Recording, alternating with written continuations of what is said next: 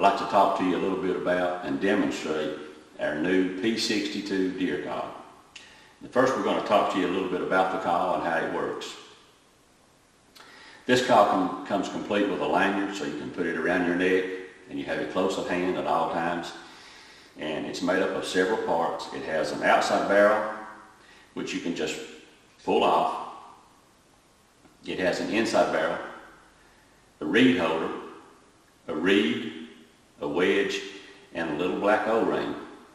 Now on the bottom side of the reed holder are 5 grooves or slots cut into the reed holder. And you can adjust this little O-ring to different slots for different sounds, such as a doe bleat or a young buck grunt or an old buck grunt or whatever. But the slot all the way back toward the inside barrel is an old buck grunt. The second slot out is a young buck grunt. The third slot out is a doe grunt. The fourth slot out is a doe bleat. And the fifth slot is a fawn bleat. It's all the way out toward the end of the reed holder. You simply just pull your outside barrel off, adjust your O-ring, put your barrel back on, snug it up, and you're ready to call. This call also has an extension tube which you can pull out, and if you want to, at the end of the day when you're through hunting, you can just fold it back up. It makes the call very short, easy to carry. But you pull this out when you want to use the call. Now this call can be used two ways. You can blow into the barrel end, or you can inhale through the tube end. Now I usually, most of the time, use the tube end. It's a little softer sound, and it's just my preference. I like it better. Unless it's a real windy day, or I've got a buck that's walking by and the leaves are real dry and he's crunching in the leaves, he's making a lot of noise, and I'm trying to get his attention, then I will always blow through the barrel end because I want more volume. But you can use either end, ever what you want. Both sounds good, both sounds real. But that's basically all there is to this call. Another thing I want to mention about this lanyard, it's very handy. You put this over your head and you got it around your neck, and that's great. You know where your call is all the time. But you got that call hanging here, and you pick up your bow, you've got a nice buck in front of you, and you're excited, and you draw your bow back and your bowstring catches this, and it's probably going to knock your shot off or maybe damage your bow or your call. Another thing, you know, you get your rifle down and you've got a nice buck standing in front of you, and your deer call clangs into your rifle or your scope and makes a noise, spooks the deer off.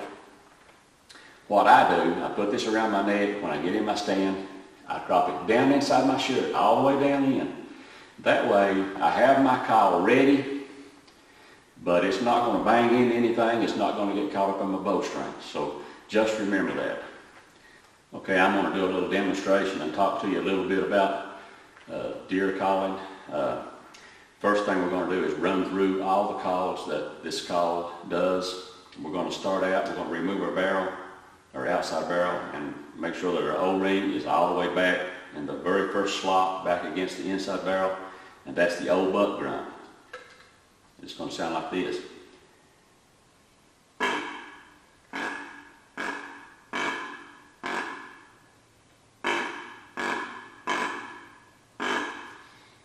Then we move it out to the second slot for a young buck grunt.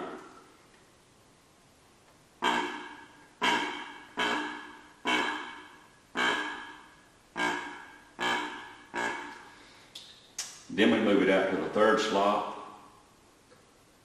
for a doe grunt.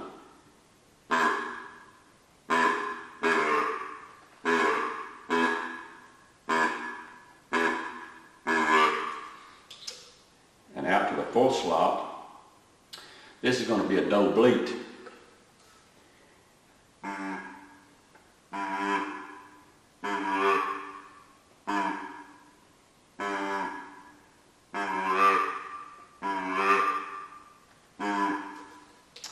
And then the last slot out towards the end of the reed holder is going to be a fawn bleat.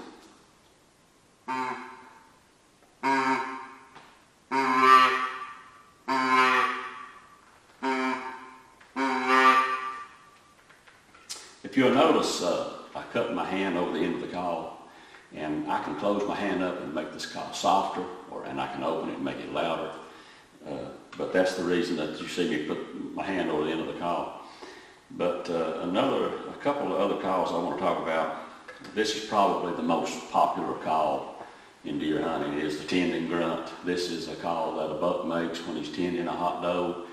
He will usually be walking behind her or chasing her, and he will emit these little grunting sounds, and they sound a whole lot like a pig or a hog. If you've ever heard a pig or a hog grunt, it sounds a whole lot like that. It's a very soft call. I know a lot of hunters that have hunted their whole life and never heard a buck grunt, but it's pretty soft. You have to be close. It's a short call. It's not a long, drawn out sound, but it's going to sound like this.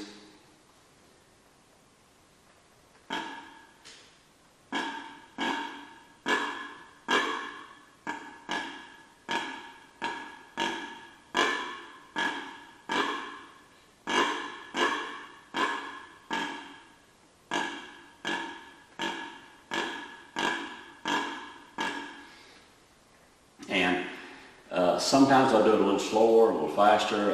It seems like a deer that's walking behind a doe will almost grunt. It seems to me like every time his foot hits the ground, he's doing this, making this little grunting sound, and he's usually going to be right behind her. And I've seen bucks chasing does, and they're actually running, and it'll actually speed up a little bit, sort of something like this.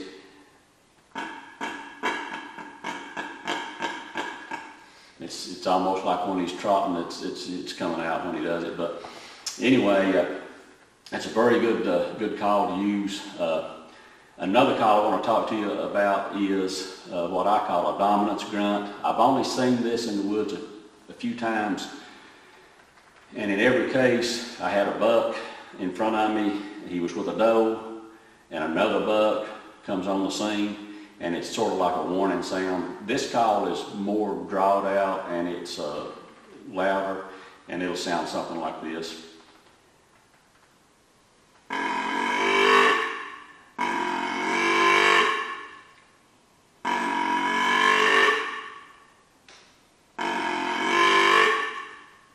And usually when a buck's doing that, his hair will be standing on end, his ears will be back. I mean, he's warning this other buck, don't come any closer. You don't hear that a lot, or at least I've not heard it a lot. And then, of course, you've heard about the real loud buck roar. And I have actually heard this call several times.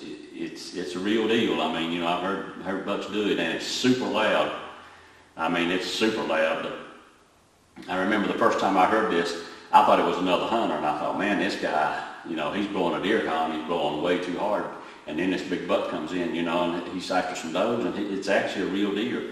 But it's a super loud call. If you ever hear it, you'll remember it. But it'll sound something like this.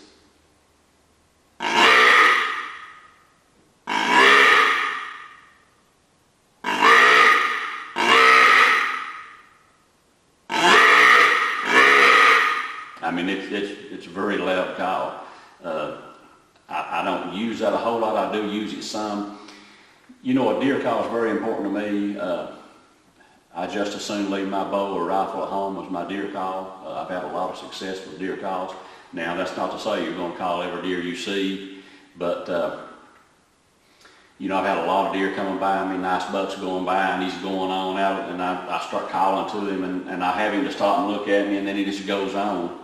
So you're not going to call them all in, but many times I've had a buck that completely turn around and come straight to me, do a 360 and come straight to me, and that's a really good feeling when I've actually pulled bucks that were following does. I've actually had them turn and come to me, and I've had just loner bucks that was going, and had them turn completely around and come right under me, and that's pretty good.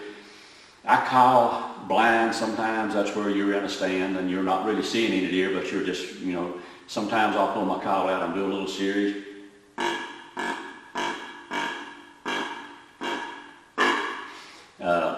And, I've had deer out, you're not seeing anything, and you do a series of calls, and here comes a deer,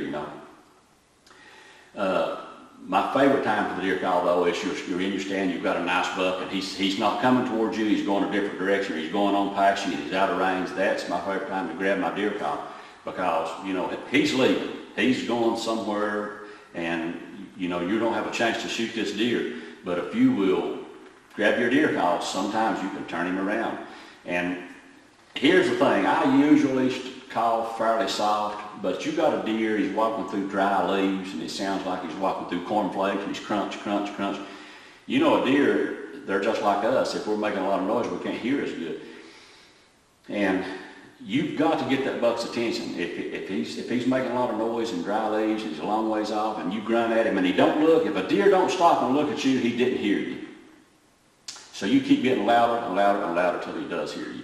I mean, sometimes I'll and get him to stop. And once he stops and looks at me, then I tone it down, because he's going to be able to hear, he's focused, and I'm going to do a softer. Now here's a little trick. You know, you've got this deer's attention, you grunt at him, he stops, he's looking, and you make a few more little grunts at him. You've got to be perfectly still in your stand. You can't be moving around, because this deer's focused on it. He's looking, and he'll see you move. So, you know, you're just, and then you just, you know, I don't even put my call down. I just keep it up till he, you know, just till I see what he's going to do. But I hope this helps you in the deer woods this year. Just try it. It's, you know, people talk about scaring deer. I have never scared a deer with a deer call, especially doing grunts. You know, you're doing buck grunts, and you're doing them soft. I've never scared a deer with a deer call. I mean, I've had deer that wouldn't come to me, but I've never had one to throw its flag and snort and take off and run away, you know. But it's like any other call, I guess. Sometimes it works, sometimes it don't. But it's really nice to have it when you got a nice buck that's out of range, or he's feeding away from you, and at least you've got something you can try. But anyway, hunt safely, and good luck.